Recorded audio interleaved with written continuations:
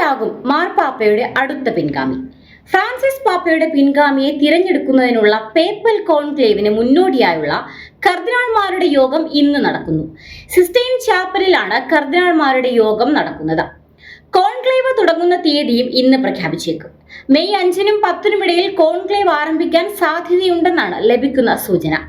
മാർപ്പാപ്പ തിരഞ്ഞെടുപ്പിലെ നിർണായകമായ ഒരു ഘട്ടമാണ് ബാലറ്റുകൾ കത്തിച്ച ശേഷം വെളുത്ത കറുത്ത പുകയുയരുന്നത്. ഇതിനുള്ള ചിമ്മിനി സ്ഥാപിക്കാൻ തുടങ്ങിയ സജ്ജീകരണങ്ങൾ അടക്കം വത്തിക്കാനിൽ പൂർത്തിയാകാനുണ്ട്.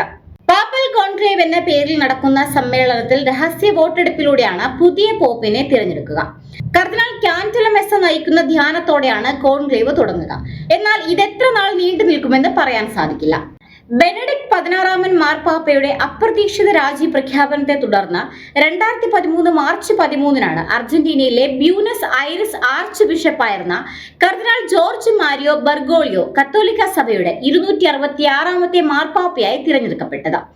ആഡംബരങ്ങളും സമ്പത്തും ഉപേക്ഷിച്ച് വിശപ്പിലും ദാരിദ്ര്യത്തിലും ജീവിത പ്രകാശം കണ്ടെത്തിയ അസീസിയിലെ ഫ്രാൻസിസിന്റെ പേരും അദ്ദേഹം സ്വീകരിച്ചു. ഫ്രാൻസിസ് മാർപ്പാപ്പയുടെ മരണത്തിൽ 9 ദിവസത്തെ ദുഃഖാചരണത്തിന് ശേഷമാണ് പിൻഗാമിയെ തിരഞ്ഞെടുക്കാനുള്ള നടപടികൾ ആരംഭിക്കുക.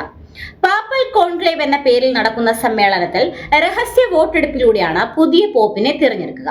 80 വയസ്സിൽ താഴെയുള്ള 138 കർദിനാൾമാർക്കാണ് വോട്ടെടുപ്പിൽ പങ്കെടുക്കാൻ യോഗ്യതയുള്ളത്.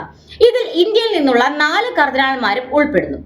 സീറോ മലങ്കര സഭ മേജർ ആർച്ച് ബിഷപ്പ് കർദിനാൾ മാർ ബസേലിയോസ് ക്ലിമിസ് കത്തോലിക്ക ബാവ, കർദിനാൾ മാർ ജോർജ് ജേക്കബ് കൂവക്കാട്ട്, കർദിനാൾ ഫിലിപ്പ് നെറി ഫെറാറോ, കർദിനാൾ ആന്റണി പൂല എന്നിവർക്കാണ് ഇന്ത്യയിൽ നിന്ന് പാപ്പൽ കോൺക്ലേവിൽ വോട്ട് ചെയ്യാൻ അവകാശമുള്ളത്. കത്തോലിക്ക സഭയ്ക്ക് ഇന്ത്യയിൽ 6 കർദിനാൾമാരുണ്ടെങ്കിലും 80 വയസ്സുള്ള കർദിനാൾ ഓസ്വാൾഡ് ഗ്രേഷ്യസും 79 വയസ്സുള്ള മേജർ ആർച്ച് ബിഷപ്പ് കർദിനാൾ മാർ ജോർജ് ആലഞ്ചേരിക്കും വോട്ടവകാശമില്ല. പുതിയ മാർപ്പാപ്പയെ തിരഞ്ഞെടുക്കാൻ ആഴ്ചകൾ കഴിയുമെങ്കിലും ഫ്രാൻസിസ് മാർപ്പാപ്പയുടെ പിൻഗാമിയായി നിരവധി പേരുടെ പേരുകളാണ് ഉയർന്നു വരുന്നത്. കഴിഞ്ഞ ഏപ്രിൽ 21-നാണ് ഫ്രാൻസിസ് മാർപ്പാപ്പ കാലം ചെയ്തത്. അതിനുശേഷം അദ്ദേഹത്തിന്റെ ആഗ്രഹപ്രകാരം വത്തിക്കാനിൽ നിന്ന് 4 കിലോമീറ്റർ അകലെയുള്ള സെന്റ് മേരി മേജർ ബസലിക്കയിലാണ് ഫ്രാൻസിസ് മാർപ്പാപ്പയ്ക്ക് അന്ത്യവിശ്രമം ഒരുക്കിയിരുന്നത്.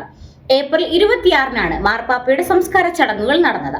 പക്ഷാഘാതവും ഹൃദയസ്തംഭനവുമാണ് മരണകാരണമെന്നാണ് വത്തിക്കാൻ അറിയിച്ചത്. തനിക്ക് അന്ത്യവിശ്രമം ഒരുക്കേണ്ടത് റോമിലെ സെന്റ് മേരി മേജർ ബസലിക്ക ആയിരിക്കണമെന്ന പൗളിൻ ചാപ്പലിലും ഫോർസ ചാപ്പലിലും നടുവിലായി ശവകുടീരം ഒരുക്കണമെന്നും മാർപ്പാപ്പ മരണപത്രത്തിൽ വ്യക്തമാക്കിയിരുന്നു. ശവകുടീരത്തിൽ സവിശേഷമായ അലങ്കാരങ്ങളൊന്നും പാടില്ലെന്നും തന്റെ പേര് ലാറ്റിൻ ഭാഷയിൽ ഫ്രാൻസിസ് എന്ന് മാത്രം എഴുതിയാൽ മതിയെന്നും അദ്ദേഹം ആവശ്യപ്പെട്ടിരുന്നു. ലളിത ജീവിതവും കാരുണ്യവും കൈമുതലാക്കിയിരുന്ന ഫ്രാൻസിസ് മാർപ്പാപ്പയ്ക്ക് ശേഷം ആരാകും ആഗോള ക്രൈസ്തവ സഭയുടെ തലവൻ എന്നറിയാനുള്ള കാത്തിരിപ്പിലാണ് വിശ്വാസ സമൂഹം.